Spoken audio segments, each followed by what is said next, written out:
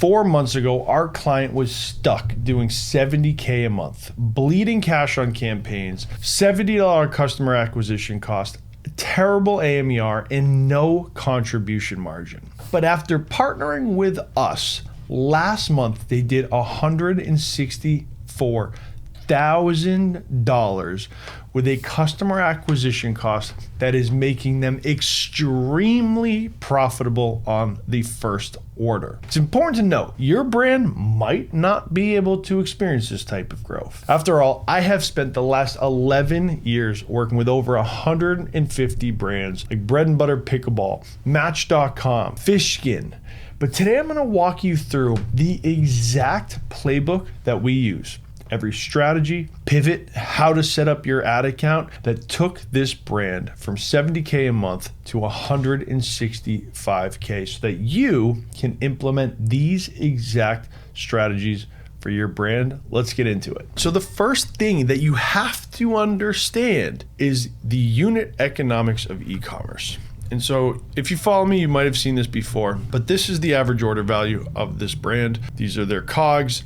They are operating at a 55% gross profit margin, giving us a customer acquisition cost of $38.80. That is so important. If you don't know that, book a call down below. We'll run through our AI analysis to determine your lifetime value, your customer acquisition cost, and your margins to help you scale. But if you do know those numbers, you're in the perfect spot because I'm going to walk you through everything else. What you'll see here is a full breakdown of the client, their 2024 historic data. As you can see, ad spend fluctuated 19K, 26K, 32, 37, 40, 48, 43. But more importantly, this contribution margin lost $6,000, made $3,000. Now, contribution margin is essentially gross profit before operating expenses. Ad spend, retainers, COGS, everything's been taken out, shipping. That is your contribution margin or profit. And what we're doing is we're taking all of these to establish, okay, in July of last year, 12 months ago, you spent $48,000, revenue was at $101,000, but you only made $1,900. To make things even worse, August of last year, they spent $44,000, COGS accounted for $27K, they had gross revenue of $91,000 and they only made $301. You can see the rest of the year didn't look too much better. Of course, November, there was a spike based on Black Friday, but they only spent $25K. So when we came in around April, things were off to a dismal start. Had some growth, at least there was a little contribution margin coming in. You can see spend remained pretty consistent at an average of $24,000 a month. Revenue, 70, and then when they brought us on, they hit 100. And the thing I want you guys to look at is understanding that contribution margin, because as we have continued, that number has increased where we are now operating, for the record, we are only halfway through the month of August. We are basically going to double their contribution margin this month to roughly $48,000. The key is the spend has also continuously increased, not drastically, but enough to continue to move the needle. And the key to understanding is looking at these metrics. Now, these metrics are unique to every single business, which is why if you got on a phone call with me and you're like, my ROAS needs to be a 3, does it really, or does your customer acquisition cost need to be decreased? As you can see, customer acquisition cost is coming in at $37. We're generating so far month to date over 1,000 orders. Total spend month to date is $40K. They're at a 3.06 ROAS month to date or MER, and their AMER is 1.75, their acquisition marketing efficiency ratio. This, as you guys can see, has been dropping their CAC, customer acquisition cost, 64, 54, 48, 57, 53, 61, 63, 48, 50, bringing us on 44, 33, 36, and so far we're at 37, but overall efficiency has increased drastically. So what do we do? How do we do this? How do we control the financial aspect of e-com when it comes to paid media? Well, that's what I'm here to tell you. What I'm going to do next is walk you through the exact ad sets, the exact campaigns, and the ads, how we're structuring them on a month-to-month basis, so you can see how from April to May to June to July to now in August, performance has continued to increase, even if our campaign setup has more or less stayed the same. Let's get into that. So understanding this, we're going to go into the ads manager. What you guys can see, what we had was a cost per result goal, an ASC campaign with no catalogs, a scale campaign, and then a catalog campaign. Now, if we scroll, so as you guys can see, we had a number of campaigns running, 8 different campaigns. Some of them got very minimal spend, some of them nothing. You can see some of them had 16,000, 2,500, 2,300, etc. We had a total spend in April of 24,596. And you can see purchase ROAS 1.77, in platform cost per purchase was $43. The important thing is though, we have the historical analysis to look and say, okay, our paid ads were contributing to a customer acquisition cost way too high. That's when we onboarded. This is that month. So it was a rough month. The key is, as time goes on and we look at May, we're quickly able to identify, we trimmed campaigns down to 6.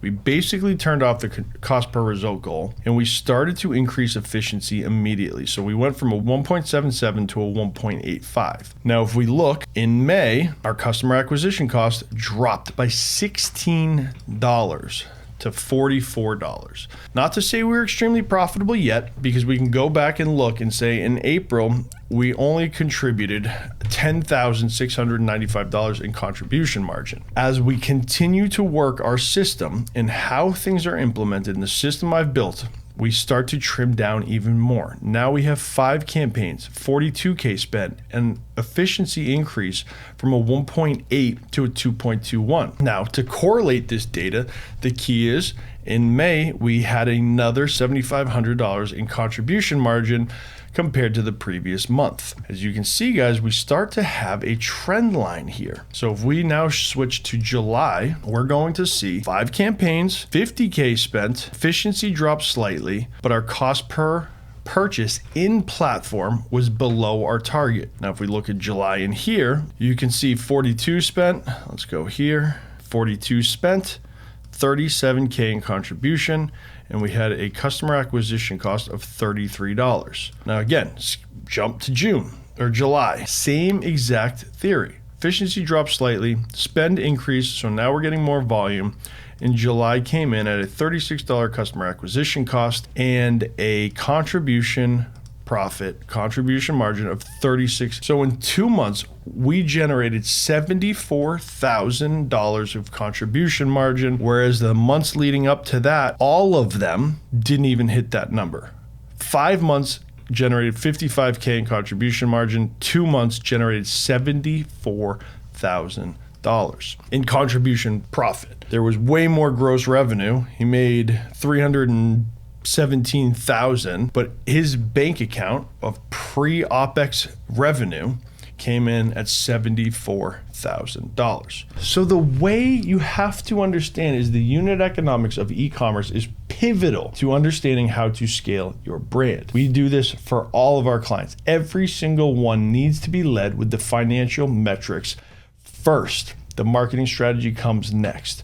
Then the team creates as much content as needed in order to continuously, rapidly test in order to make sure efficiency is always increasing. That is key. Now, if you watch this video right up here, I break down very simple way for you to create more content at scale without necessarily needing to bring on an entire creative team. But this right here is the key to understanding e-com growth. So now that you have that whole framework and how we did this, I want to break down more on the detailed of what it looks like inside one of these campaigns so that hopefully you can replicate it. So we have one campaign that's built around how this business works. And so there are a number of different unique products that are being put into all of these ad sets.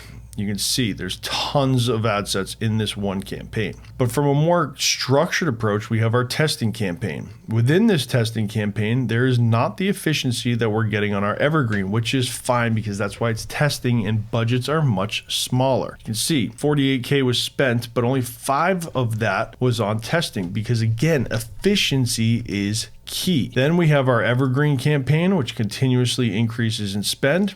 And all of these are driving the volume of sales coming through for our client. I really hope you guys enjoyed this video. If you did, hit thumbs up, leave any questions in the comments down below. Happy to walk you through in more detail how we're accomplishing this for almost every single one of our clients. We'll see you guys in the next video.